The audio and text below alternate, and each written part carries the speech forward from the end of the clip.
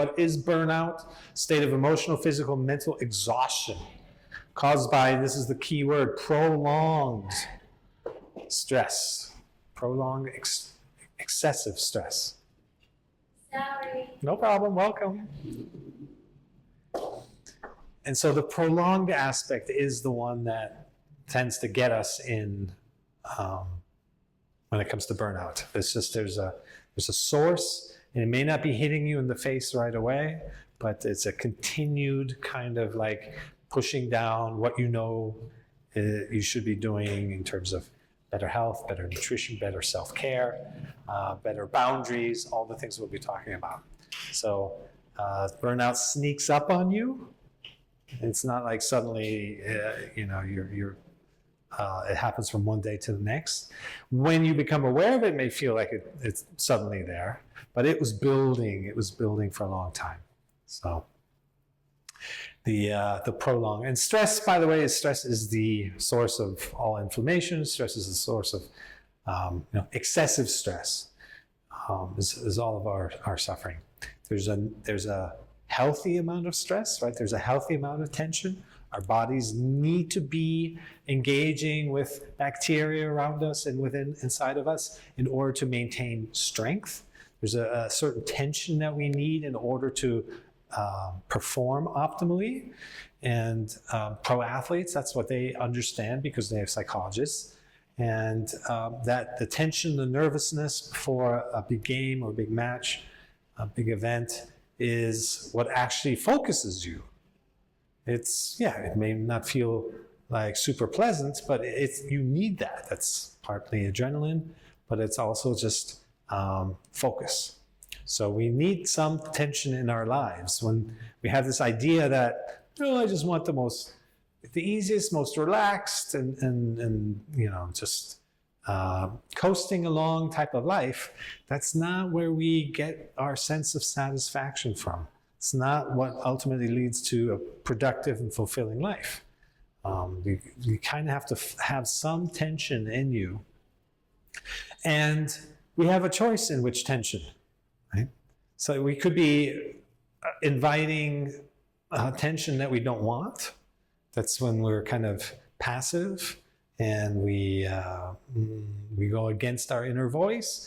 Then we invite situations, chaos into our life that it's not necessarily what we want, but it's tension, and then we have to deal with it, and we'll learn to grow from that.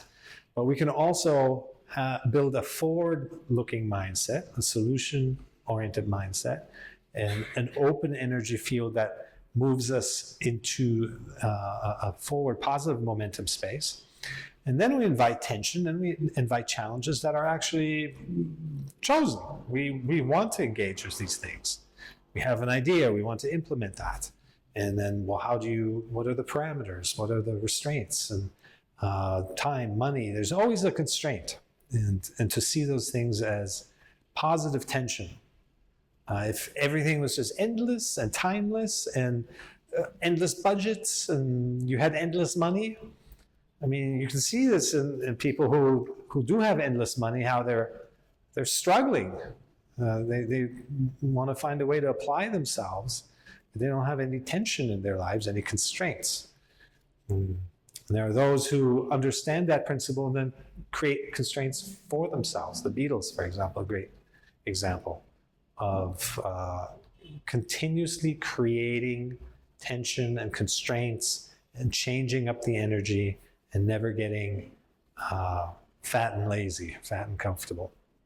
But that's usually why in the art scene, the early work of an artist is usually the most passionate, most compelling.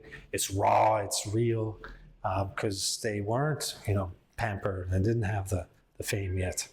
And so it came from a deeper place. All right, moving on. What causes burnout? It occurs when you feel overwhelmed, emotionally drained, and unable to meet constant demands. Again, it's the word constant. It sneaks up on you. As the stress continues, you begin to lose interest and motivation. This happens so often, and people think there's just something wrong with them. I think what's wrong with me that I'm losing touch with this. This applies to not just projects or jobs, it applies to relationships, it applies to your own relationship with the world and your own goals. And so often, because we have such a deep inner critic, we immediately assume that it's us. It's because of something wrong with us. And really, you're just suffering from an extended exposure to stressful environment. And that could be just putting yourself under pressure. It doesn't even have to be anything outside of us necessarily. Most of our struggles are self-generated. Most of our suffering is self-generated. Most of our stress is self-generated. We think we have to be perfect. We think we can't make a mistake. And we're conditioned that way. We're conditioned to think that a mistake is the worst thing you can make. So how are you supposed to learn and explore and see what really resonates and what doesn't? So we're up against these kind of not really real concepts, but we've absorbed them into us from our upbringing, our environment, and then we think they're real, but they're not. And to become more aware of that is the way you free yourself. Reduced productivity, obviously, feelings of helplessness. I mean, it goes on into deep depression, that we shut our body down by just continuously stressing ourselves out, and then bad things happen. And it really isn't anything that we should be blaming ourselves for. It's just not setting boundaries or having an issue with setting healthy boundaries. The world is going to come at you in such a big way, and with all this pressure, all these expectations, and all starting with your parents, starting with your teachers, starting with going to university or a job. There's all this constant pressure and expectations that you have to perform, better, no more, living in your head more and more, not listening to your body. Everyone you're surrounded by is doing the same thing. And you don't even have any examples of people who are role models in terms of balance. And it's even so obvious in that a balanced workforce is more creative, is more productive, is there for a longer term. The turnover is much less. The evidence of why we should be healthy, the pressure on healthcare, on our families and the relationships and all that, the time we spend with loved ones or time we spend with passions, all of this gets cut when we're always so focused on the hamster wheel, the rat race. And it's really hard to get out of it. So we'll talk about that more someday today. All right. Next. Physical signs, chronic fatigue. I mentioned that I suffered from severe carpal tunnel. And that started to spread into tennis elbow, started to spread into shoulder. And it just gets worse and worse. Each time you suffer from this kind of crash, the physical breakdown as a result of burnout. Headaches, muscle tension, sleep disturbances. Sleep is just so important. If you wanted to just focus on one thing on this list, it would just be sleep. And if you're interested in the science and the research behind that, it's just tremendous amount of research. How even just 1 hour less sleep will result in a certain number of years of lowered life expectancy. I mean, it goes on and on and on. Weakened immune system, obviously. When you're stressed constantly, when you're suffering from these symptoms, you get sicker more often. And at first it's maybe not so severe, but over time it just gets worse. And the longer we wait to address these things, the harder it gets back out. We're really digging ourselves into a hole. All right. Anyone here feel like, since you came to this, do you feel like you have or are currently suffering from burnout? Yes? Sander has no, doesn't, he's just here out of curiosity. With the burnout, I saw some people that less productive. It could be. Yeah. Yeah, good. So, I mean, these things can have so many different sources.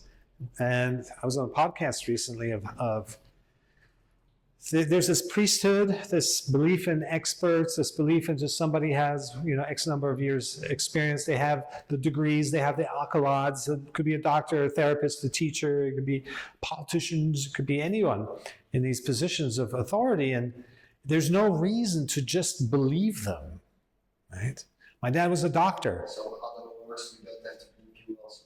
You should absolutely not believe me. You should feel what resonates, see what questions come up for you. If it doesn't resonate, don't accept it.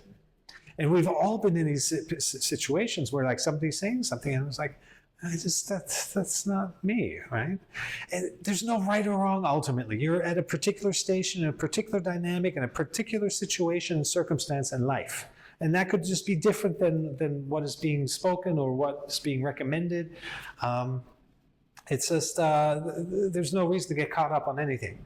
And there's certainly no reason as a listener to blame the speaker and make it personal, but rather like take the parts that resonate, that are helpful, or that you're curious about, do some more research. And the parts that don't resonate, don't take them. This helped me have, because this was my parents' attitude. And it was a big part of why I grew up in a pretty healthy environment at home, even with the religion. We were very Catholic, we grew up, but my parents never imposed on us the fear of God or any of these things that kind of like, that damage people. They took the parts that resonated with them, that made sense, that they could really stand for, and the parts that didn't, they left them aside. And a lot of it has to do with interpretation this way or that way, but it's just to really hear what somebody is saying and then decide for yourself. I was about to say my dad was a doctor, and he too was like, get a second opinion and a third opinion and a fourth opinion. And then when you do that, you realize they're all just opinions. That doctor said one thing, another one said a completely different thing. Yes? Questions about how do you go then with your ego, with your soul? Your ego. That's too deep of a question. The second one is, it's also a doctor. It's based on some science, right? So you don't need the doctor, all doctors has opinions. Well, one could be an allopathic doctor, another one could be homeopathic doctor, another one could be a shaman doctor, another one could be, deeply intuitive, that can make up for so much of education. You can run into somebody who's overeducated, who's just lost their passion, and they're all people. Everyone's doing the best they can. It's not to blame anyone, but observe, notice, feel for yourself what really fits there. And you could absolutely go to 10 different doctors and get 10 different diagnoses. Welcome. And you just tune into it and see what resonates with you and use that information. So they're only doing the best they can. I mean, put yourself into the shoes of a therapist or something. They've known you they have 7 minutes with you. They've known you sporadically here and there, and they're supposed to, what's that? Sorry, now I have experience with Yes. that I think about someone I have on my body and ask them to give me some medicine out of that, just try and buy it and try it for 3 days. I don't think so. So then I went to another doctor, a more specialist doctor. You have like some virus in your body, so take this. Now let's go. Yeah, we always have to be our own kind of, first and foremost, our own doctor. We know ourselves best. The first therapist that you go to see, who's to say that that's the right one for you? You're establishing a relationship there and a dynamic. You may have to go through 20 to find the one that's a good fit. Doesn't mean the others were wrong or bad or anything, but you gotta there has to be something there where you tune into each other and really where you work well together. Partnerships, any type of business partnership, same thing. Just because somebody is brilliant in whatever their field is, doesn't mean you work well together. Just, you just have to find that. Obviously, that's at the heart of romantic relationships. Just because you have somebody of a gender that matches yours or is the opposite of yours doesn't mean you're going to fit. There's so much more, right? So whatever that special something is, it's for you to be able to tune into yourself and say, that resonates, right? That there's a chemistry there. And without that, you're just kind of at the mercy of just what other people just kind of proclaim, because they all come at you with like, oh, I am the holder of the truth, and you are this, and they come with authority, and to be able to stand up to that and say, maybe that worked for your last patient or last client or something. I don't think that's good for me, and then seek other solutions. Keep searching, keep searching. And that's ultimately what got me out of burnout, all these different symptoms, all these different physical reflections that you experience. And like finding a way of how to heal is that type of a journey. I mean, you would take, and maybe it's you get 5% from this person, and 10% heals from this technique, and then from diet, and this. And there's so many different components, and then in the end, it all kind of came together, and then finally was able to come out of it. But there was no one thing. So you have to have this kind of like solution-oriented mindset. It was like, I'm trying this, I'm going to try that, I'm going to try this person, this therapy, this approach. But that's kind of more of a certain mindset of how to be your own detective, how to be your own healer, how to move through life in a way where you're one-pointed, and that requires knowing yourself. But that's kind of a whole another topic. Okay, weak and immune system, yes. So these, you look at these physical signs, and they could be anything, right? So you have to see yourself in context. One of the things that I always do is whenever something comes up is what's happened lately that's different. What have I changed? Or what's been different about the way I eat, the way I sleep, where I've spent time? There's usually something that recently, or for more recent times, that there's been a shift or some change that then points to, that gives you a clue as to where you can go search.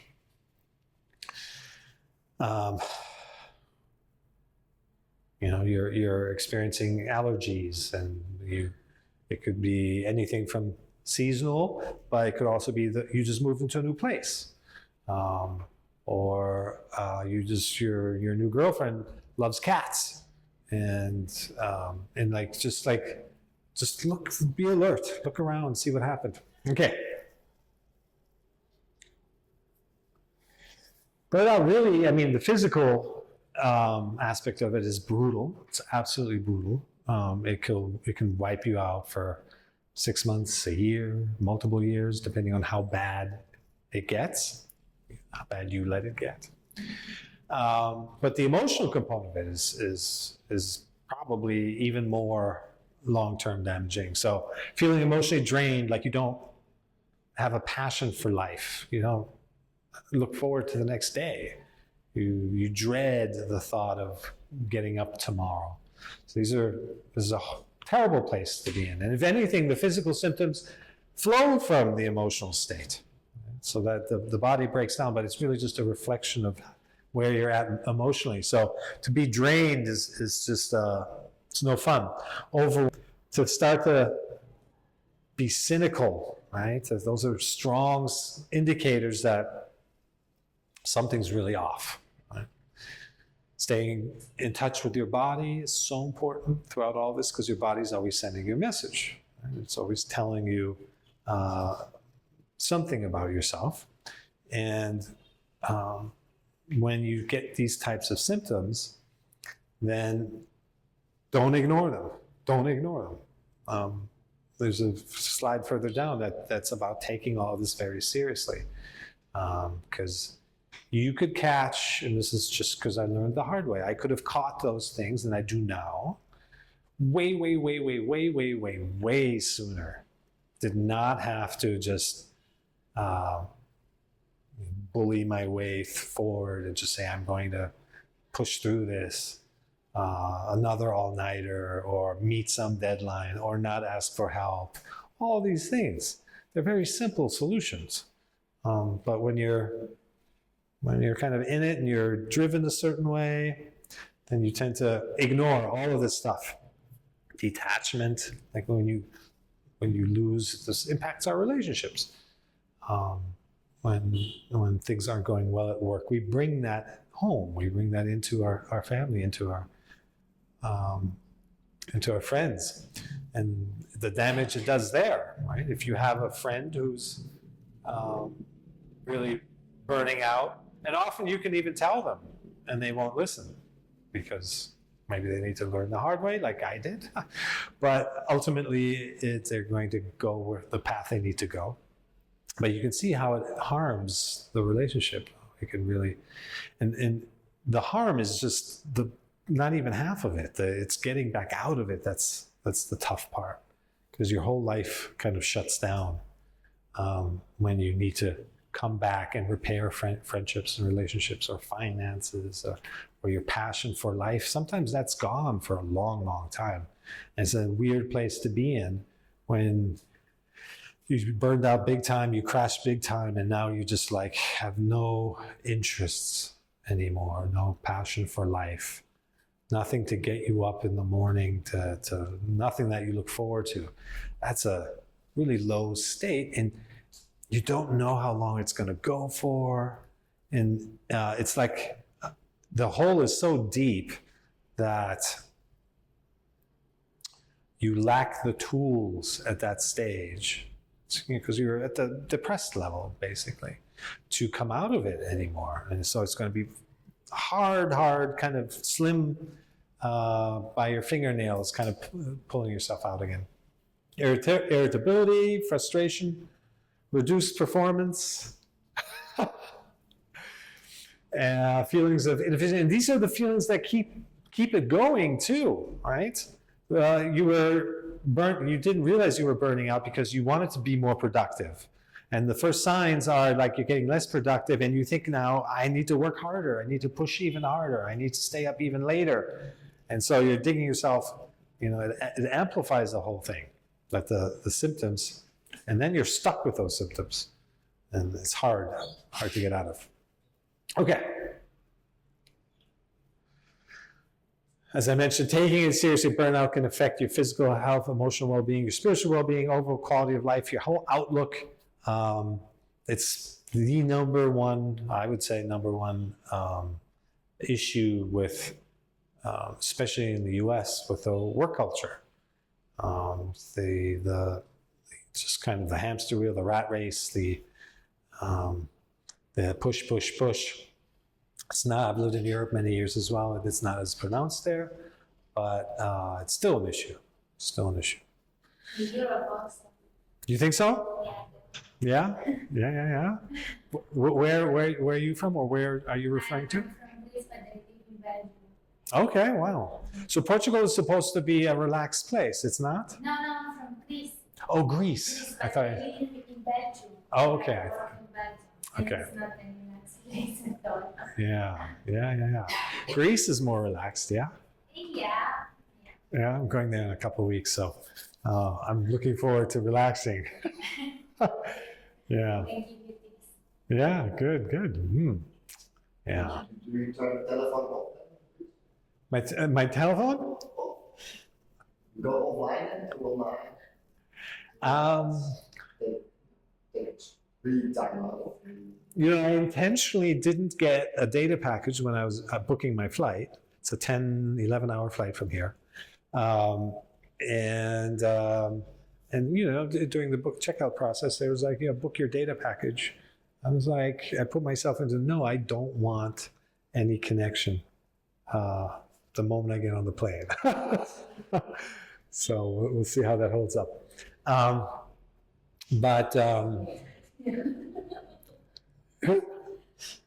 but I mean, we have to create our own environments. If you can get pulled into busyness here.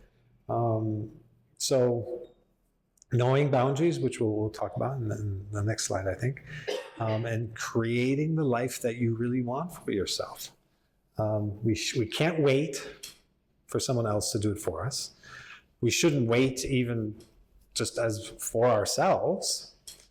No one's going to come save us, and the world around us is looking to pull from us, exploit us. It's not looking to create balance and peace. So we have to take charge of this for ourselves. But that's fun. Don't think of it as a bad thing. It's like you get to create the life that you want. Like, why would don't wait for anyone else. They wouldn't know to do that anyway. Only you know yourself. This is your life. They don't know you. Even your parents don't really know you. You have to take responsibility, right, for your happiness. And the good part of that is, like, you are absolutely, happiness is 100% within reach. And the realization that comes from that is it's also your responsibility. So that's important. All right. How to prevent. We'll go through a bunch of these, and then we're going to do a few of them in today's session. Prioritize self-care. Oh, I'm so deep in self-care now. It's hard for me to remember a time when I wasn't taking care of myself, but it was. But I can't believe that I was ever not conscious of taking care of myself. Every white hair I used to half joke is an all-nighter I pulled. And for startups and for advertising agencies and all the projects I was working on, even if it was my own. I had a recording studio for many years and just pulled all-nighters with musicians and was drinking these Red Bulls and really unhealthy lifestyle, unhealthy environment. And it shows. My beard's been white for like 20 years. So prioritize your self-care and not think of it as, some people feel guilty. They think it's selfish. Just drop that line of thinking. It's not. It's absolutely 100%. This is your vessel. This is you want your vessel to be aligned and optimized for whatever it is you're doing. And that requires taking good care of yourself, all emotional, physical, mental, and spiritual aspects of you. Setting healthy boundaries with other people, that's obviously a huge one. It extends to work, where we feel like we want to please and work our way up, but that's not necessarily healthy, people pleasing.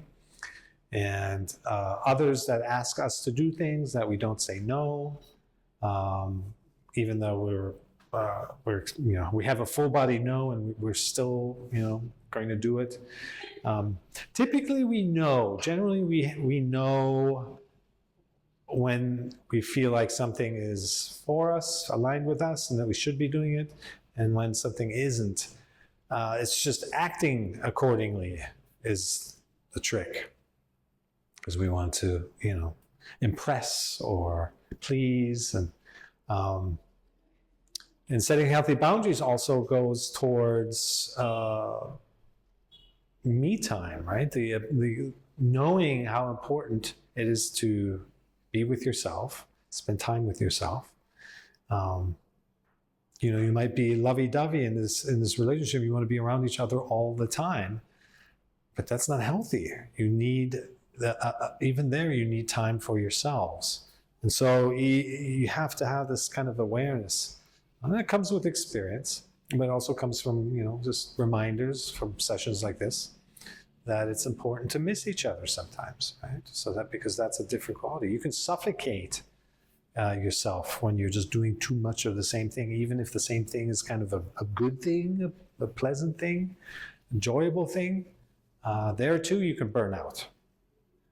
My mom recently, my parents were married 40 something years, and so my dad left his body, and I asked her what the secret was. She said that every year we spent substantial time apart.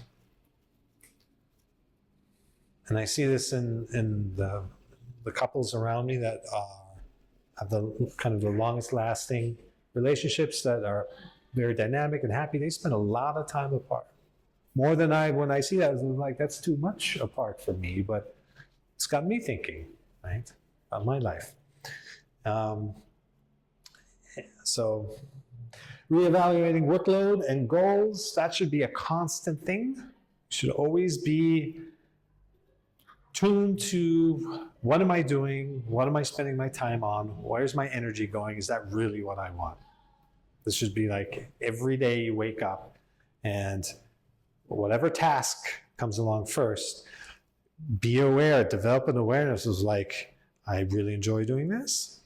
I'm not so crazy about doing this. Why am I still doing this? Why? And then just have that awareness with everything that you do. And then you start to see a crystallized picture of these things don't serve me. And part of that is that you keep changing. We're evolving creatures all the time. So just because something was perfect, was great for you a year ago, doesn't mean it still is.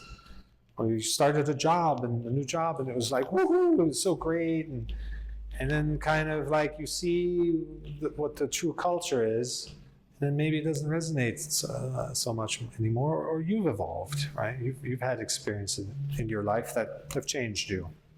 So there should be an ongoing, always on evaluation. Am I in sync? Am I in tune? Am I in alignment with my truth? Or am I compromising myself? You know, how many of the things that I do every day do I compromise myself with? 50%? 10%? 90%? How much do I compromise when I do those things? Is there a degree where compromise is maybe okay because, I just need to get to a certain point and then that will be a jumping pad to somewhere else? I mean, just like really being tuned into how you invest your time, what you spend your time on. That which we give our attention to, we become. Right? So you have all this energy available every single day, but it's finite. And then these things come along, thoughts, ideas, situations, circumstances, feelings. And the ones you give your attention to become you. That's the summary, the sum total of who you are, how you feel. If somebody came along and said, how's life? How's life treating you? How are you doing? That's what you reflect on, is the sum total of the thoughts, of the circumstances that you gave your attention to. It's not what have you done in the last 10 years, it's how are you feeling right now. That's always what dictates what makes us feel like life is great, life is not so great. So, any questions? Yes? Feeling is a big word. How do you feel? Is it mind or is it body or is it total? If I go to the gym, yeah, I feel tired. In my head, I feel good. So, and what can you ask them? What can you answer? Yeah, how do you feel? Yeah, feeling tired. You would say exactly what you just said. I feel great in my head, my body's tired because I just went to the gym.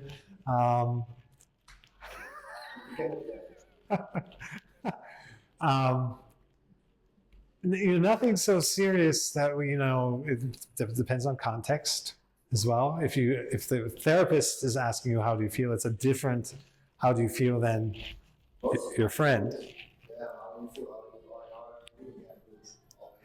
Yeah. Yeah. Some of that is just cultural, but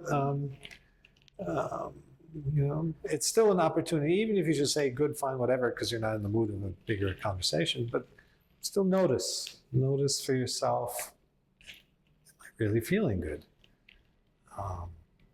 So these things, everything's incremental. In the same way that positive change is incremental, the decline in our mood, in our emotional state, in our physical well-being is also incremental. It doesn't just drop. save, for some extreme incident, everything's kind of gradual and kind of like gradual spiraling downward. And then we want to have a magic pill to kind of get up again, but no, it's like it'll take work to gradually come back up again. And that's just because we're these biochemical systems, nervous system and bodies. It's like we can't just change from one moment to the next. It's physically, it's against the laws of physics, right? It's not, and it wouldn't be stable. We wouldn't be a stable person if we could just flip this way and that way and this way and that way. So it makes no sense to want to just be different from one day to the next. I mentioned asking for help. That's a huge struggle for many people, myself included. You just want to do it yourself or get it done, or not feel dependent on others, or not be ashamed. There could be all kinds of emotions attached to asking for help, when it could be so easy, it could be so simple. Yeah. Oh man, reconnect with what you love. Ideally, you didn't get disconnected in the first place. That tends to happen when you get farther down and get closer to true burnout, crash. Well, the one thing that happens is you've lost your passions along the way. And you can never really understand, like, how did I let that happen? Just sneaks up on you. I haven't played my favorite sport in a while. I haven't indulged in my favorite music or movies or whatever it is. I haven't gone to the ocean in a while. So reconnecting with what you love immediately sets you back on track, away from burnout. It's one of the simple things that counters a lot of the burnout effects. What do you love? The sea. The sea. The, The sea, the beaches. the sea? Yeah, that's awesome. Do you take enough time to go to the sea? No. Ah. What could you do to go to the sea more often? Yes. Takes time and money. Mm-hmm. Okay. But I go to the sea. Okay, that's a little bit of the sea. Okay. All right. The sea's not too far from here. No, here it is, where I live. Ah. Yeah. Yeah. Here is where I came. Yeah. But in my daily life, I don't even have it. Yeah. Well, maybe there's a way to bring more of it in. Right? Yeah, there's a way to move here. Yeah. That could be it. Yeah, very good. What makes your heart sing? I was also thinking, the first thing when I got on my mind was Money?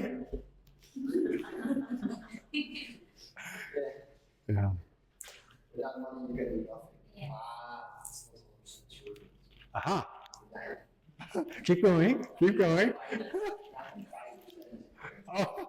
You can do everything with money. With 5%, you can do things for free. You go to take a walk, meditation, Mm-hmm. say a lot to yourself, Mm-hmm.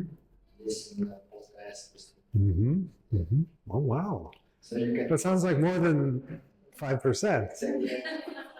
Most things are fun with money, so it's. Uh, But you don't need it for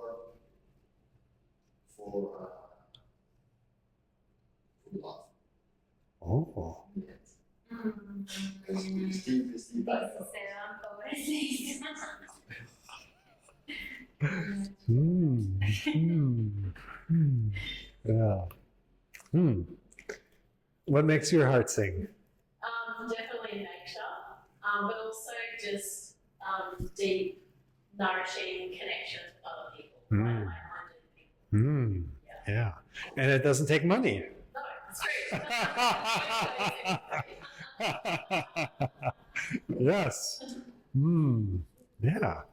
I mean, I can't even think of anything that is amazing and wonderful, and nourishing that costs money. It's time. Hmm? The spa? Okay, that's the one thing. Yeah. Hmm. Hmm. Hmm. Hmm. How about you? You have no passions? Well, maybe not. I mean, just based on the brightness of your smile, there must be something that lights you up. Yeah, spending time with friends. Mhm. But I do this. Hmm. So it's not really. Uh-huh. Okay. Yeah. Maybe you like learning because you're here now, you're learning something. And you like it. Yeah. It's- Maybe you like everything so much that you can't think of something because there's no contrast. Yeah. No, that's very true. Yeah. So, yeah, that's great. Keep doing that. That's beautiful. Yeah. How about you? I like meeting people, Mm-hmm. reading, Mm-hmm. driving motorcycles. Wow. Have you? Are there any meetups or any clubs or? Yes, I like to go to meetups, networking events, Mhm. like different interest groups. Uh-huh. Somehow those three things strike me as a cool combination of riding motorcycle, maybe into nature, and then reading a book together, like a book club setting, and you get to meet each other. Like, it seems like a cool combination of things. I've actually ridden a motorcycle most of my life, more as a method of means of transportation. So I'm not so much in the culture of things, but that could be a really fertile, cool place to share and bond and. You could be the one to create that club, the Motorcycle Readers Club. I actually was leading 1 year book club. Yeah, there you go. It's still ongoing, but a friend of mine continued. Yeah. Ha, that's amazing. There you have it. All right, cool. Creating sustainable routine. That's like, I do entire workshops just on that because you really want to be able to flow between, the transitions between activities are really important. You want to be able to stay connected to the joy, that spark of joy throughout. We'll do one exercise around that today. But it's again, just really knowing yourself well. All of this, everything we're talking about is you have to know yourself. And the reason why we may get into a bad situation or a tight spot and with burnout or other things, is just something we're not so aware of ourselves just yet. How we respond to certain situations might be a little more conditioned or blindly, or we've repeated a pattern. And most of the time, we inherit those patterns. They're not even our own. So the unlived life of the parent is what most of our issues stem from. It's something they didn't process, they didn't resolve. So we get imprinted with that. And if we don't do that, we imprint it on others, on our next generation. Well, the last two are my favorite ones, creating flow. It's flow, flow, flow, flow, flow. Life is, when you're really when you're banging your head against the wall, and this is where burnout happens so much, is you're just trying to solve something one particular way, and it's just not working. And you keep doing it. And instead of the ability to step back and reflect and take a breather and reassess and all that, by the time we get to that point, we've banged our head for so long that part of the damage is already done. So creating flow maintains a connection between all of our activities that creates ease and just positive energy, an open energy field. And whenever the next task is against something that you're like, "Ah, do I really want to do this? Why do I have to do this? Why am I doing this?" And then the next task again, and then maybe there's a fun one, but then a next task is kind of a downer again. We can never really get off the ground this way. We can't really get into life and get our whole like spirit going, because we're just fighting these situations that don't resonate. And so much of the time when you ask somebody, well, why are you doing it? We don't even know why. We've just been blindly doing it. Why do you stay in that relationship? It's toxic. Why do you just keep going to that job? It's not, there's no growth opportunity or anything. It's just like, we have to kind of wake up a little bit. Is this going from inside or from your surrounding? Awareness or flow? No, you say you have to wake up to do something. Is this coming from yourself or also from your surrounding? They say. I would say it's primarily yourself, but it's impacted. You're impacted by your environment.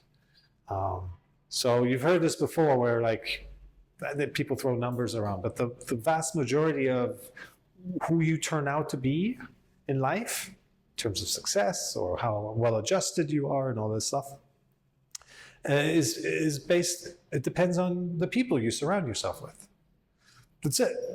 You can, nothing else, everything else is dwarfed by who do you surround yourself with. So it's still an internal thing, but you have a choice who to surround yourself with. And that will influence. What's that? Not always. Like you work in corporate environment, you're in a company, there are people toxic around you, Yes. manager is toxic. Yeah. You cannot just, and you find these people in any company, wherever you go. Yes. So you have to learn how to survive in this situation, sometimes just avoid them and change company, and Yeah. you cannot choose always. Well, I mean, by changing the. Learn. You're in the mood right I now. have to go back at one point.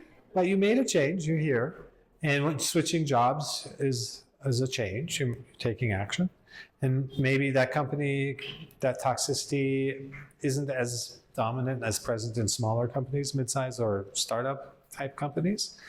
I'm in this startup company now. It's very local and close mentality.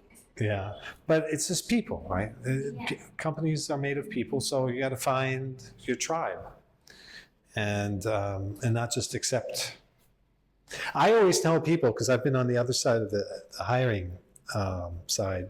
People would hire me to be part of the panel, part of the team to evaluate designers and programmers and architects and whatnot to bring them in.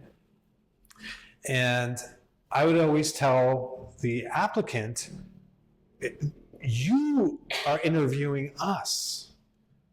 Don't just accept the job because it's given to you. Ask questions. What's your culture about? Like, what do you do on Friday? How do you do? What is the mood that you're in? Ask people. Go around, not just the interview. Go around on LinkedIn and find people that work there or have worked there. Connect with them. Meet them somewhere, maybe at a meetup or something, and just like get a sense for how happy they are, and it'll tell you a lot about the company. And so you, just like when you're dating somebody, you don't marry them off after the first date. Rarely. My parents did. But for the most part, yeah, that was a different generation. But for the most part, you want to feel into it, lean into it, and have it evolve and like do your research. And I'm sure there's places that will resonate with you, and you just have to find them.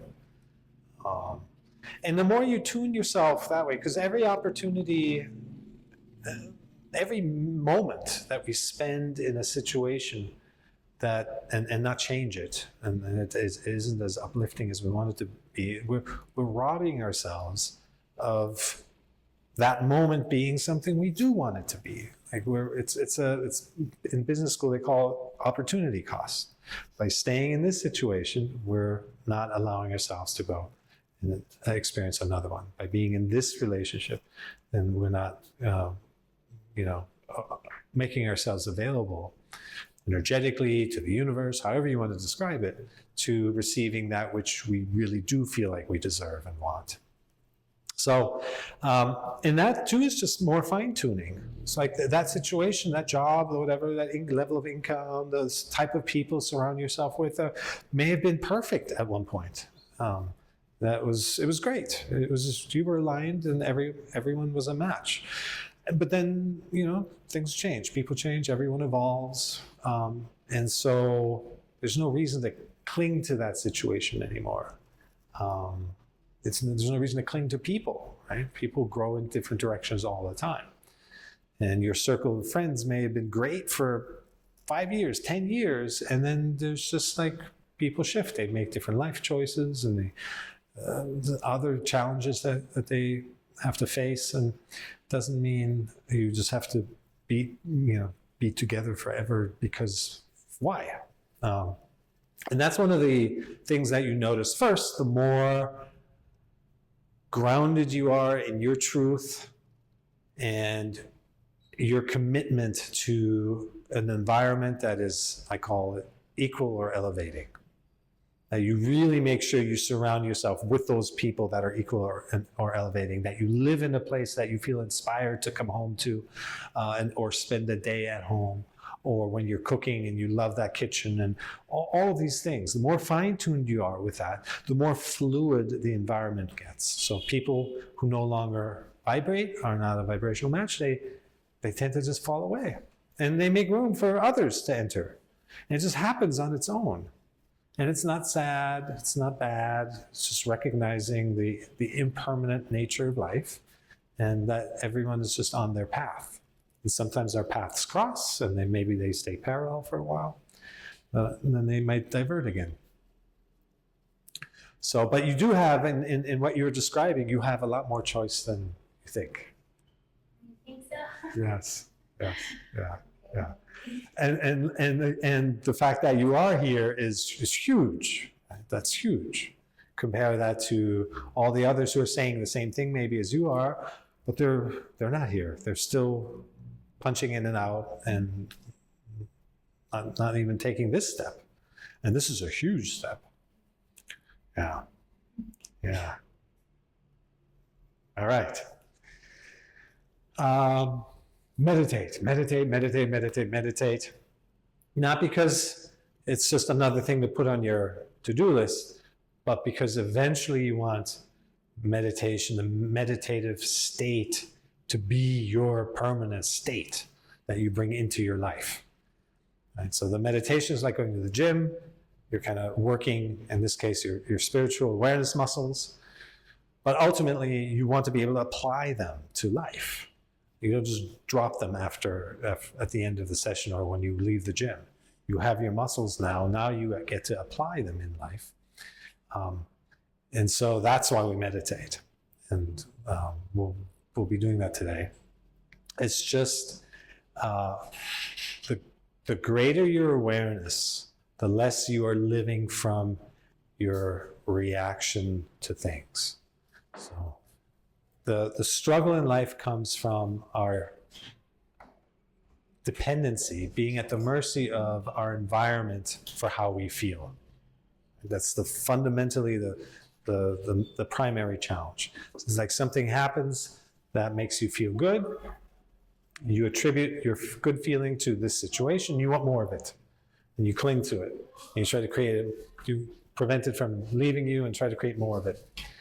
And you attribute something happens that makes you feel bad, unpleasant sensation. You attribute it to that external event, and now you try to avoid it and cover it up. And so, as long as how we feel depends on the things around us, you'll never be free. You'll never be grounded and balanced and at peace. It's always going to be a roller coaster. This happens, and then you're reacting to it and get all embroiled with it. This happens, get all embroiled with it. There's no peace to be found in that equation. When you start to live by your inner truth, by your self-knowing, by your frequencies. You've set your boundaries enough times. You've said yes or no, or you've surrounded yourself with people who are vibrational match enough times. You've went left because your intuition told you to, and maybe the brain said right, or it said left, right, we wait longer. No, more you follow that intuition and strengthen that muscle. All of this makes you more contained. It makes you live from awareness. If you can be aware of your thoughts, right? Everyone here can kind of reflect for a minute and go, okay, there's a thought. Or if you have a feeling a sensation in your body, oh yeah, there's the feeling. So you're not your thoughts and you're not your feelings. That's not who you are. Right? Sandra? Yeah, I'm thinking you're not your feeling, but one slide before is like how you feel. Yeah, that was a different slide. Yeah. So I was like, yeah, how do you feel? And then say something about you, how do you feel? Yeah. And now you say, yeah, you're not your feeling. So I was thinking, where they Okay. So together. so you can be aware of your feelings. Meditation doesn't mean not feeling anymore. It actually means feeling fully, being aware of feelings arising and passing. Not a feeling arising and then if it's good, you like, I want more of it, you hold on to it. Or a feeling arising that's unpleasant, then you know, I don't want it. That's interrupting your feeling state. It's a bigger topic, but when somebody says how you're feeling, you're describing how you feel. Like you said before, you're fresh in your head but tired in your body. That you're speaking from awareness. You're not identified with the head, because then you'd be the happy person, the fresh feeling person, or you're also not identified with the tired body. It was like, I'm just tired. You're aware of a bigger picture of your being, and this part feels this way, you feel that way, but that you're not glued to your feelings to say, well, I'm tired, or to say, I'm just happy. You're a bigger person. So when you live from this awareness, like you were describing, then the world has no power over you anymore. You are in your power. It cannot make you happy. It cannot make you sad. Only you are in control of that. And ultimately, that's a beautiful place to be in. That's what feels authentic. When people see somebody who's authentic, they're standing in their power. They could be surrounded by a million people screaming all kinds of different things at them, different truths, and they won't be rattled by that because they have their inner truth. And it's not a mental truth. The mental truth relies on comparison, relies on like analysis paralysis and choice overload. That's mental stuff. But your truth is something you feel. Right? So like a full body yes or full body no. You want to get to the point, cultivate awareness so that you're always living from full body yes, full body no. All right. So can't meditate enough is the point. But even just a little is plenty. All right. Rule of exercise. Anyone done this one before? Okay, so it's a famous exercise. Tony Robbins does it all the time. Does everyone have a sheet, paper? You have, so you'll need a sheet, pen and paper. We have extras. Perfect.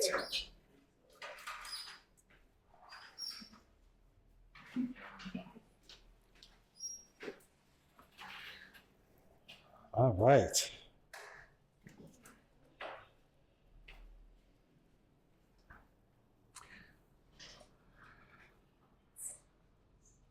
Yay.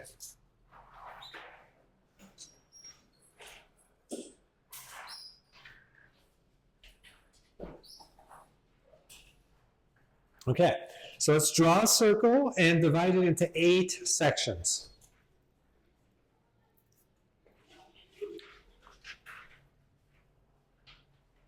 Like a pizza.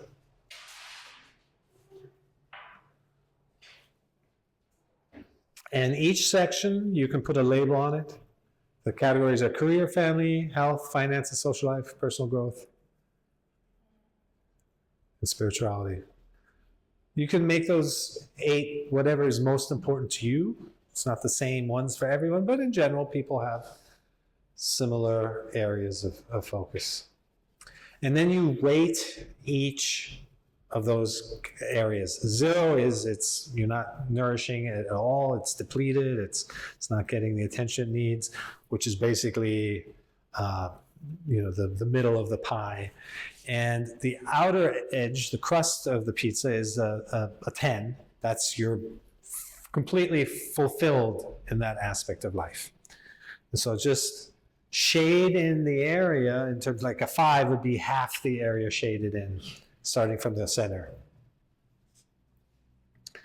And give each one of these areas a rating.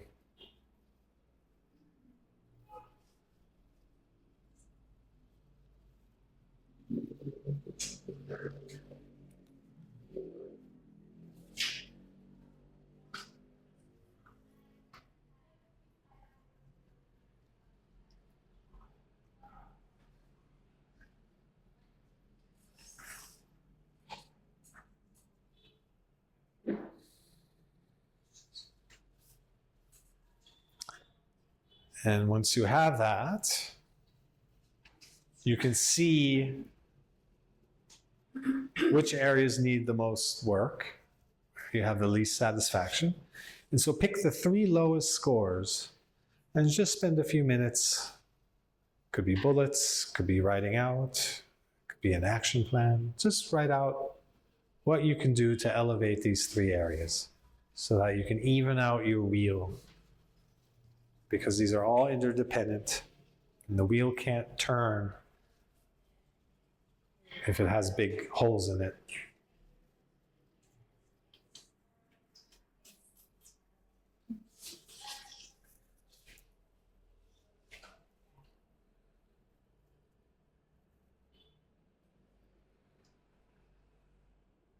Same categories?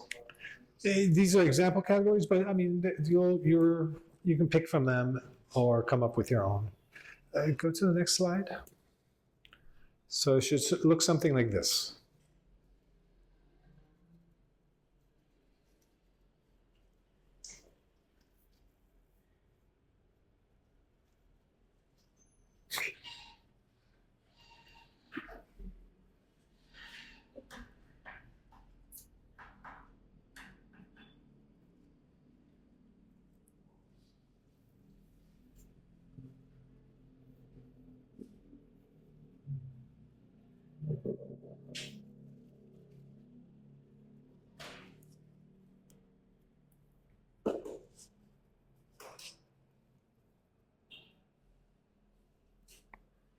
For the rating, we can rate 2 categories in the same. Yeah, if they're related, yeah.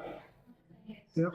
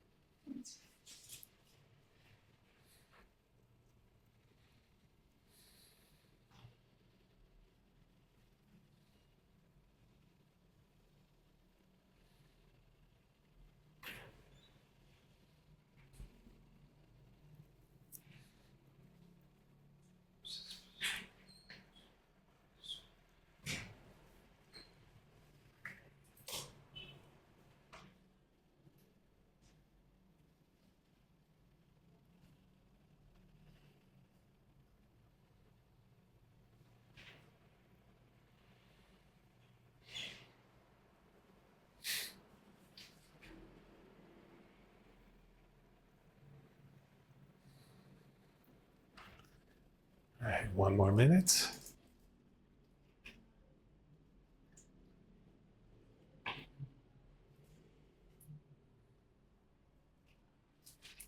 After writing, what we do?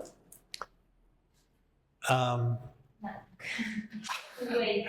if you haven't, yeah, you can wait. If you have an extra minute, we'll just do 1 more minute. But if you have an extra minute, honor and celebrate the things that are working well. Okay. Mm-hmm. Yeah.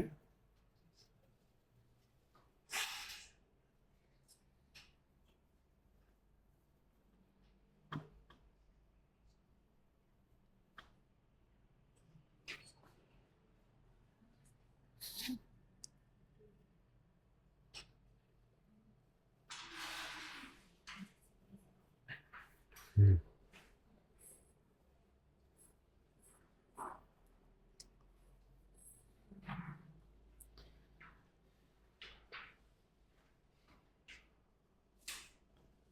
All right.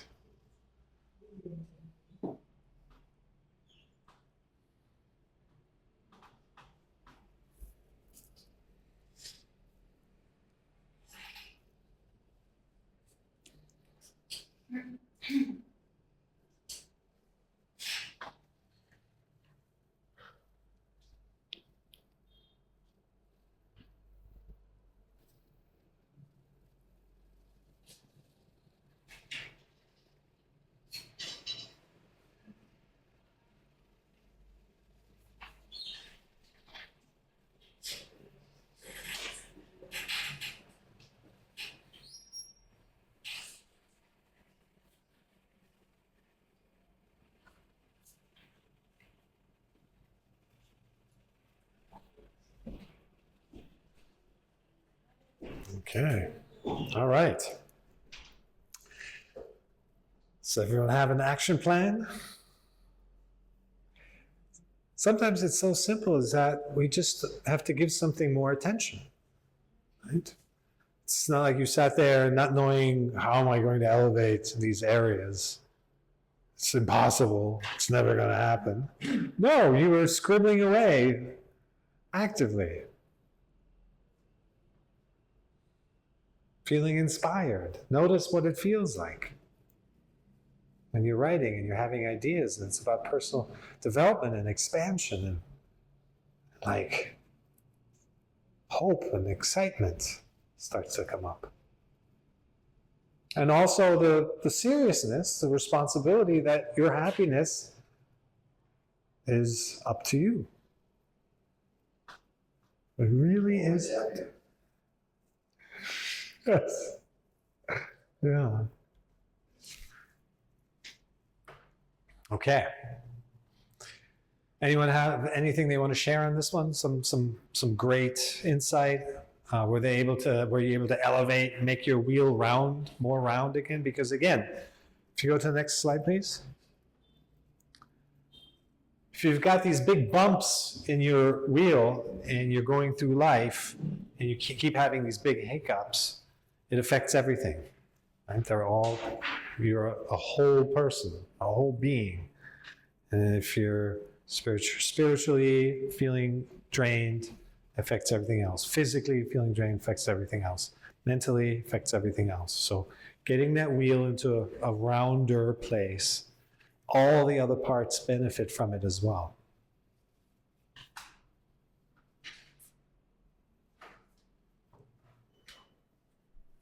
Okay. All right, good. Next exercise. The ideal day. Okay. This is a part visualization, part journaling. You may want to close your eyes while you're visualizing and then kind of open just to jot things down or however it feels natural to you. But visualize your ideal day. This is a feeling exercise. Right? Our feeling state is what tells us if something resonates and it doesn't, if it's in alignment with who we are and if it's not. So the moment you wake up, what do you feel would promote your utmost well-being? It could be the tiniest little activity, just getting your morning coffee. and feeling like the fragrance and the, it's a special coffee that you get from a special place, the beans, and that you've ground them down yourself, and whatever that is. Really get into the detail of how you want your day to unfold, because every moment is an opportunity for balance and joy and connectedness, and to feel the essence of your own aliveness. And so visualize that day. Start at the beginning. Doesn't have to be off the charts fantastical. It can be realistic, like all the responsibilities you have as well. So include them. But how you do things should be based on a flow throughout the day, should be based on joy that you can find throughout the day in all these different situations. And really fine tune it. Don't schedule 3 meetings back to back to back, because they will drain you. Schedule a meeting, and maybe a creative meeting, and then maybe a physical activity, and then cooking, and then a separate meeting that's about business or finance, whatever it is. Like, create a flow between all the things that you love: music, fragrances, getting dressed up for the day, how you feel in your skin, hot shower, cold bath. Really lean into what makes you emanate.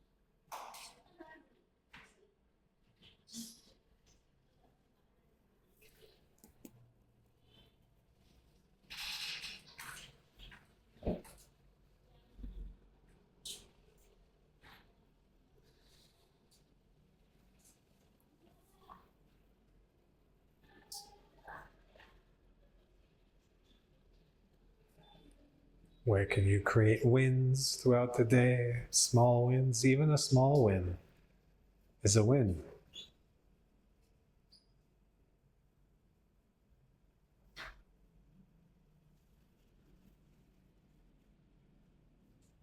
Where can you include activities that nourish you? Contact with other people, perhaps. A good meal.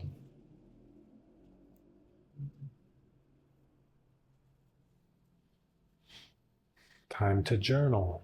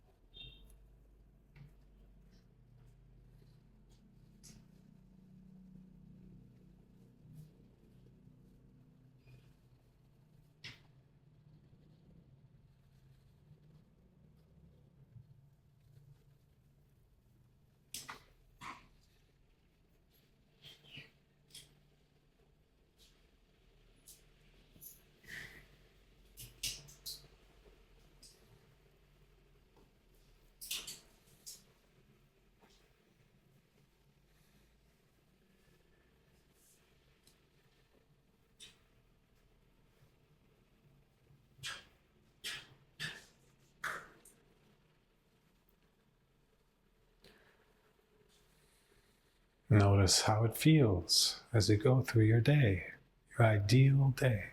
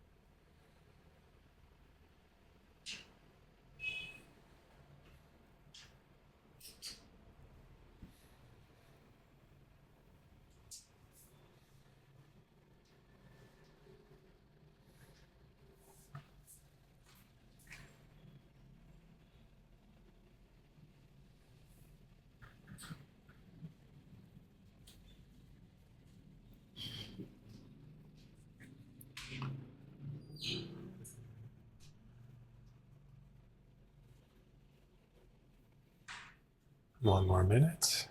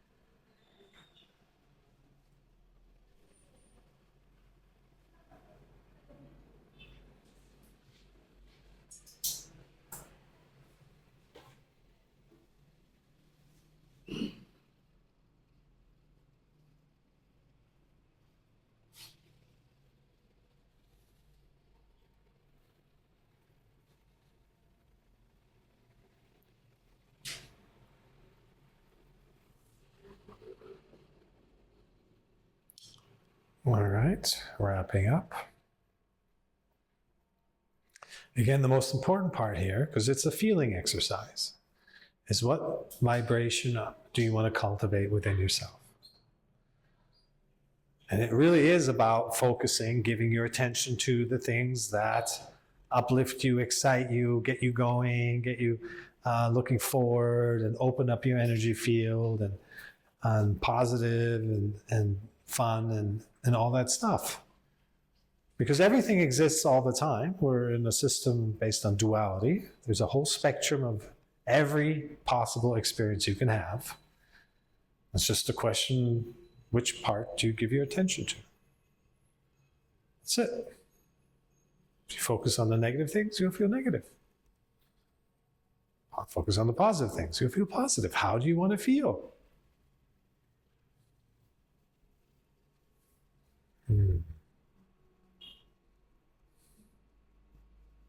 All right. Okay. Any feedback from that one? Anyone already living their ideal perfect day? Yeah. Yeah. Yeah, good. Good. Yes. It's easier than we think. It's easier than we think. In fact, you can do everything consciously and it will change how you feel about it. Right? So with intention, with awareness, even the most mundane activity can be, you're present. When you're present, nothing else exists. There's no good or bad. There's no past. There's no expectations of the future. You're not ruminating. There's no noise in your head. You're just being. The activity isn't even that important. Just to be. And you can be with everything and everyone. And so with more awareness and with more consciousness, you can change everything that you're currently doing, change your relationship towards it without actually changing anything. You'll have a brand new life. It's the same routines, but you're doing them differently. And then from there, you will get more insight into, well, what do I want to spend my time with beyond this? Right? So I always say the first thing is you may think the job is, not the right one for you right now. I say, do what you're already doing more consciously as the first step. Right? Don't blame the job for you not feeling the way you want to be feeling. Don't blame the relationship for not being the way you want it to be. Do the work on yourself first, right? Come out of kind of any stuckness that you might have inherited or conditioned by, and then see what's actually going on. Right? Then come out of the judgmental space and see things for what they are. Suddenly, it can be a whole new situation. The situation has changed because you changed yourself. And then from there, suddenly there could be an opportunity. Right? I want to bring the light of awareness into this workspace and become a change agent that way. Turn it around from the inside. That's the best way to change organizations, is from within. Or you're just more clear than ever that this is not for you. And you won't even hesitate taking action to get out of there. And your frequency will be so clear that things around you will support that. You're not wasting time or energy sending mixed signals to other people who also can't step up to help, right? When somebody comes to you and is so clear about their intention, you want to help that because you can see it. If I have the capability, if you have the capability to help somebody and they're so clear in what they need, you want to step up and serve that, be of service to that. But if they come to you with this muddiness of like, I don't know if I want this, I don't know if I want that, you're like, go figure yourself out. And come back when you do, and then I can maybe help.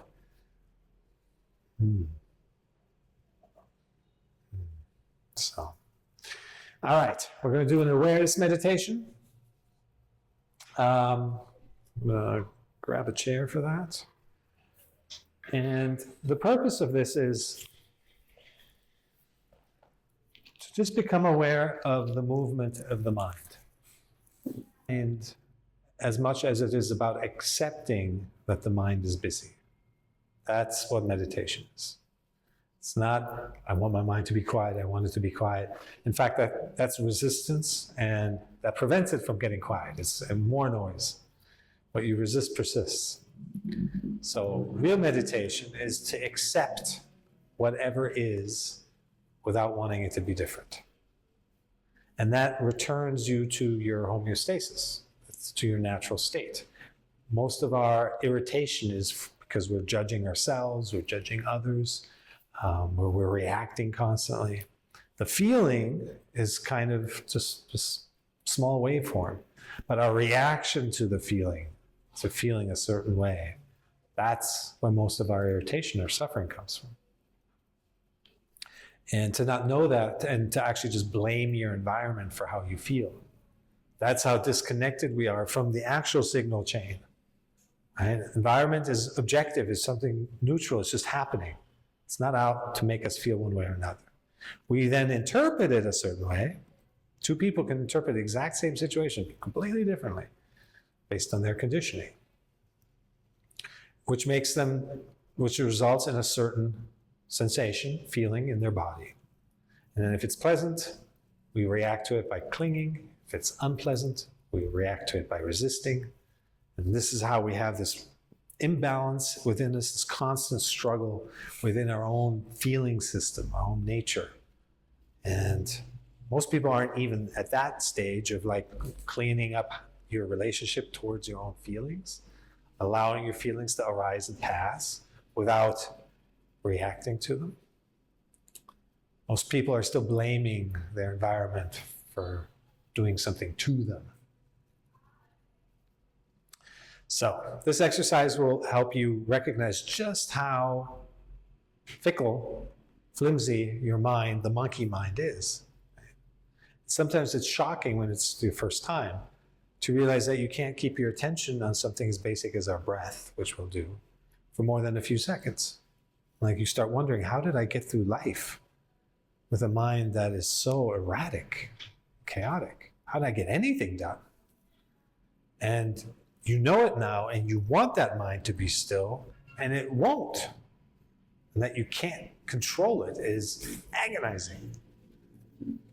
So, this is where, when you notice that your mind has drifted, and I will say this, it's guided meditation, you accept it without frustration, without dismay, but with full acceptance. This is the reality of the situation. My mind has drifted. It's not where I want it to be. The reality is different. But you practice accepting that reality. Not for any reason to like just give up or just for the sake of being calm. No, in order to take action. Like, the sooner you accept a situation is as it is, the sooner you can actually take action and make it what you do want it to be. In our case, we bring our attention back to our breath. This is a microcosm exercise of the macro situation that happens every day, hundreds of times. You see something that's not the way you wanted, and you react to it. I don't want it that way. This exercise, this meditation, will teach you how to see things as they are so that you can take quick and swift action to make it different. Change it to what you do want it to be. It's the path of least resistance. Meditation towards enlightenment, all that, leave that aside. It may happen one day. But true meditation is to be able to live more efficiently, more productively, be able to not burn time and energy on things from the past, your baggage, expectations about the future. Constantly comparing what you think a situation should be to what it is and feuding with that. But no, this is how it is. So what can I do to change it? That's when life gets so simple. All right, let's do this.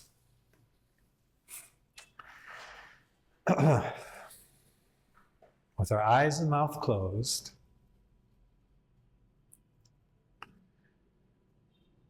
focus all your attention on the incoming and outgoing breath at the entrance of your nostrils.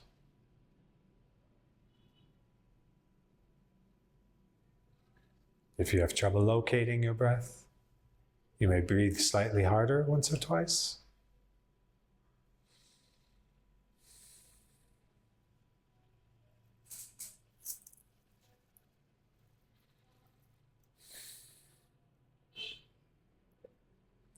And once you feel the touch of your breath, return to natural breath, normal breath.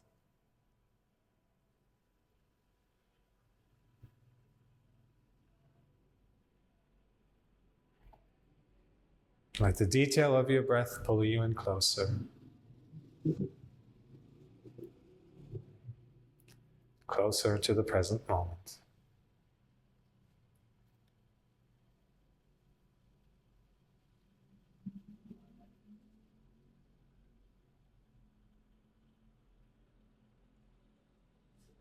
If your breath is shallow, let it be shallow.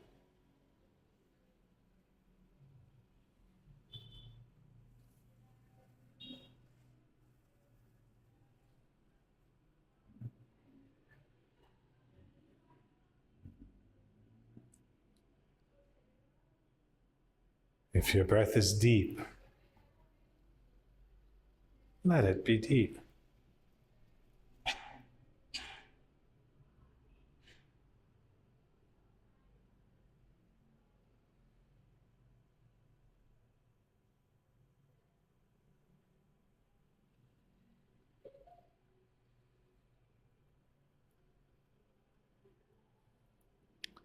If it's more in the left nostril, let it be the left nostril.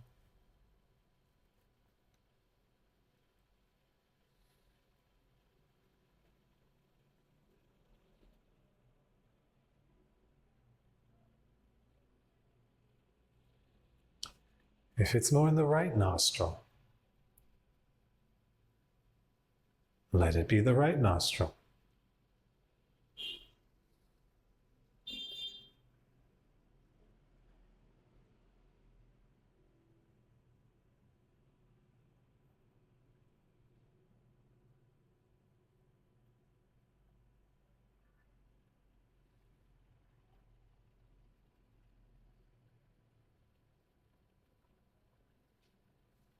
Or if it's in both nostrils, let it be both.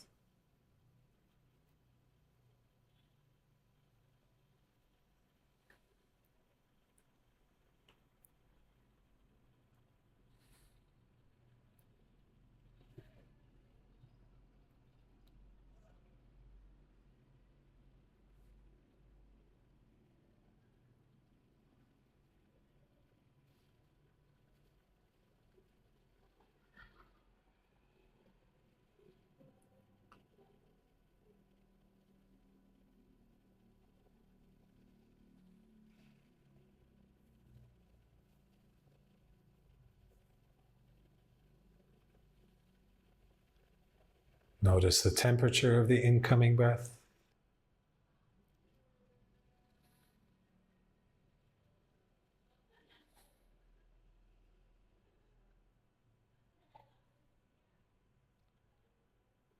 Notice the temperature of the outgoing breath.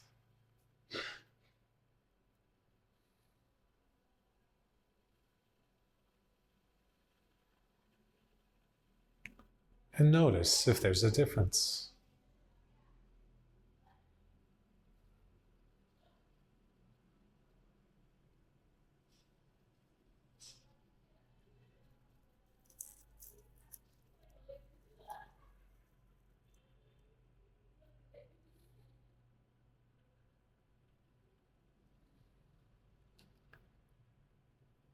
Notice the pace of the incoming breath.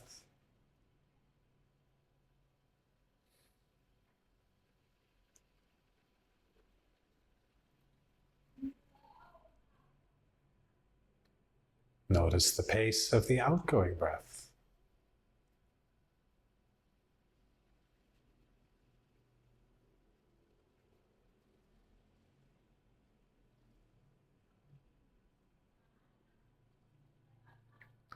And notice if there's a difference.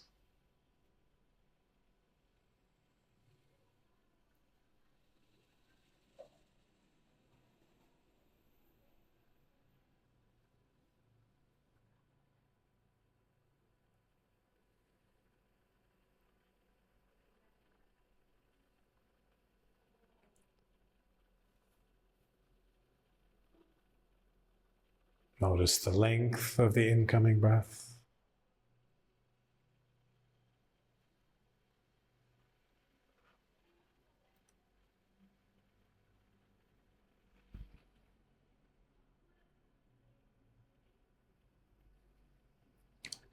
Notice the length of the outgoing breath.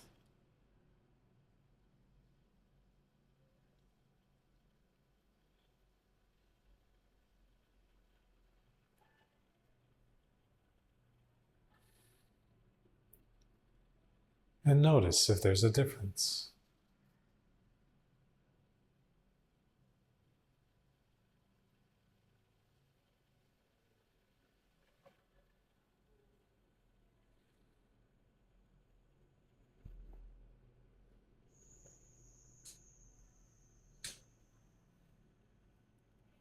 Notice the pause at the end of your inhale.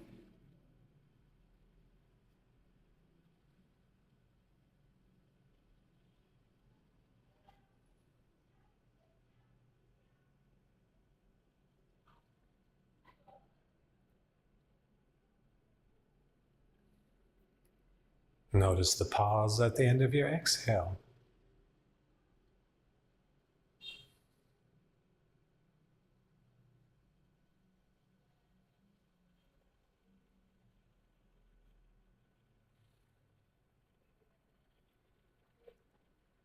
And notice if there's a difference.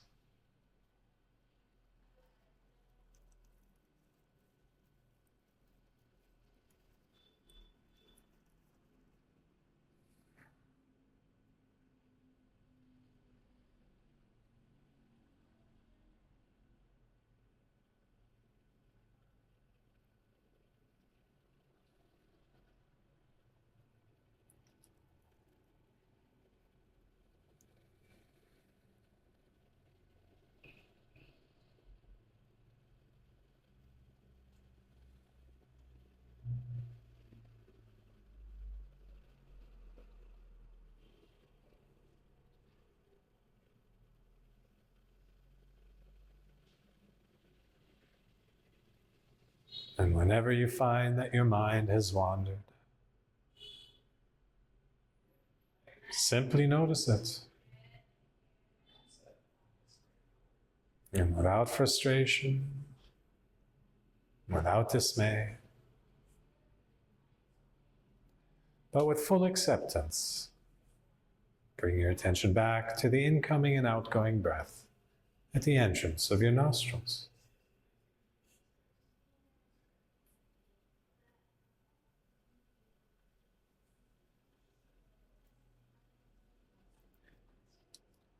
Natural breath.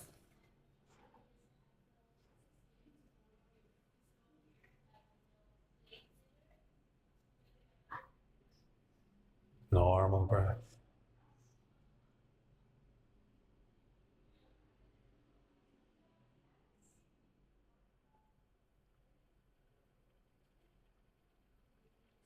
Observe your breath as it is,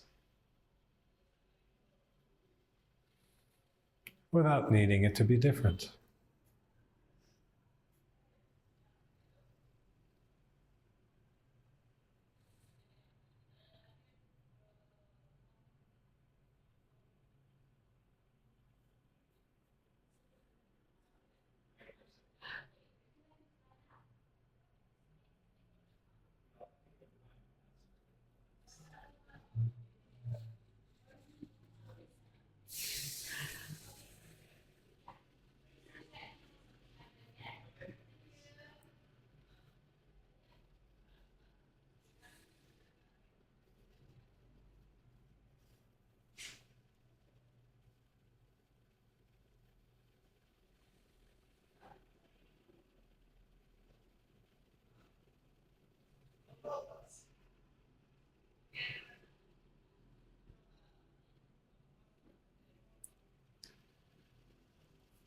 And whenever you feel ready,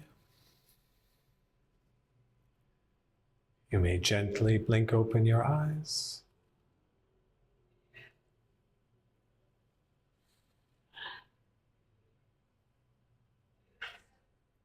Relax your body.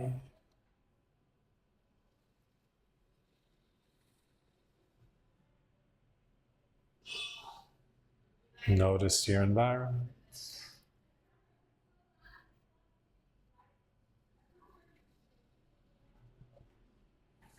Notice yourself in your environment.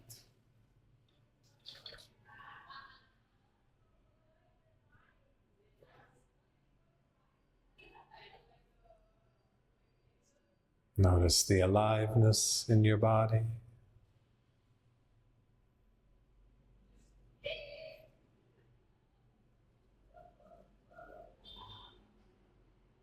Notice your stillness.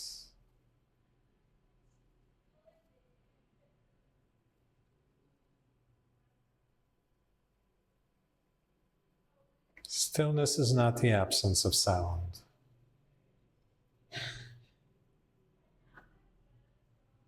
It is the presence of consciousness.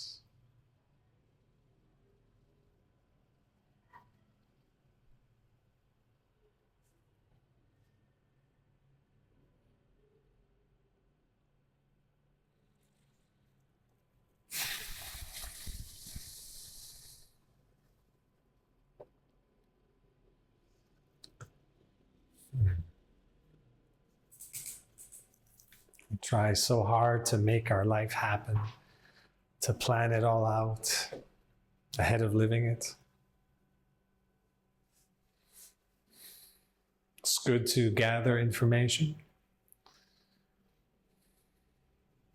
then let our inner wisdom sort it out, show us what's true for us.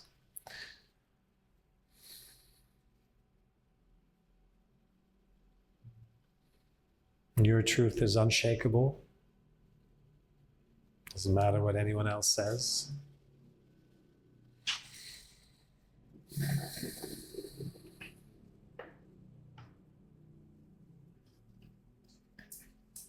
So as part of your ideal day, make sure there's pockets of stillness in there.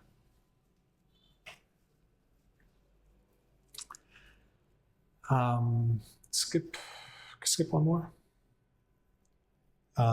Any questions for today? No, really? Okay. Of course you do. More about burnout. How do you have yourself as a burnout, but you're surrounded with family and friends? How can they handle with your burnout? Are they things that you have to do, not to do, or is it other topic? Yeah. This is issues that no, if you write, if you are pretty straightforward and say this, you have to change. How can I interact Yeah. with people if you have not? Great question. So, first of all, assess whether or not they are part of the source of your stress. So that's important, right? And even if they are, can you turn that into, one of the points was ask for help, right? So is there a way you can communicate that you appreciate their opinion, but right now what you really need is this or this? And see how they respond to that. I mean, they're the people closest to you, and they have an interest in helping you. So often it's just a question of communicating that. But as an outsider, I have to ask, how can I help you? As My friend, so close friend, he has burnout. mhm. So the best way is to ask, how can I help you? Ah, okay. So if you are witnessing somebody burning out, Yes. well, I mean, just bring it up. Hey, I noticed all these symptoms, right? And is something going on? Can I help you with anything? Offer your support. It's best not to analyze, make sure they don't feel judged. Depends on how well you know them. Right? If you know them really well, you can be a little more direct. You know, hey, I've known you for 20 years, or hey, you're my brother, I'm really concerned. Versus just a coworker or whatever. So just kind of gauge the situation and offer your help appropriately. You can't change people, but you can maybe point them into a direction. When you're speaking from experience, then it's always a good opportunity to say, hey, I experienced this one time and I'm seeing the same thing happen to you. So you don't make them feel inferior. And that's probably, very true. Like we see things because we have experience in them. And just being really kind. Yeah. In my experience, is that usually the question of how can I help the affected person usually doesn't know what help he needs. Mm-hmm. What I can share is a friend, a very long time friend of mine, that when I was in a bad place, I don't have that much contact with him, but we have a long history. Mhm. What he did is just once a week invited me to his place and he cooked dinner. Mm-hmm. We didn't talk about the problems. Mhm. It was just peace, calm. Mm-hmm. That helped a lot. Mm-hmm. And at what point did you realize this is what he was doing to help you? Because it was out of the ordinary. Ah. It's a close friend because we go back many years. Mhm. But I see him maybe every 4 or 5 months. Mhm. Not often. And then suddenly it was every week. Yeah. And Yeah. Very nice. That's a great. And so you could take that concept and expand into inviting somebody to, your book reading, or go take them on a motorcycle ride, or hey, I'm going on a weekend trip. Do you want to join? So you never actually address, I'm doing this because you're depressed, but you're providing them with a different, a better, uplifting experience. And maybe they'll open up during that time, or maybe not. But yeah, that's an emotionally intelligent way to go about it. So that's a great friend. so someone would ask me, how can I help? I have an answer in that situation. Yeah. And so your friend was able to see that. So yeah. It's really just, it's love. It's feeling seen and heard. Most of the time, when somebody comes to you with a problem, they don't want you to fix them. They just want to express themselves without feeling judged. And that in itself is healing. It's releasing that stuck energy. Go to women's. Go to what? Go to women's. It's like men want to give people, women want to give advice. Yeah. Women's, they gotta listen. Yeah. That's correct. Yeah. That's the saying. So yeah, that's a beautiful share. Thank you for that. It's your friend had to be in a good place to be able to do that and offer that and see that, right? So a lot of this is, if you're not in a good enough place yourself, you can't help others. One of the points of self-care, prioritizing yourself. You can't free others if you're not free yourself. You can't heal them unless you've healed yourself. So it's just, this focus on self is not selfish.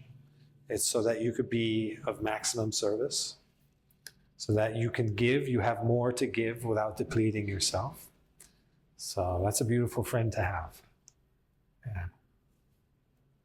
And sometimes it's just a little thing like that. Yeah. Makes all the difference.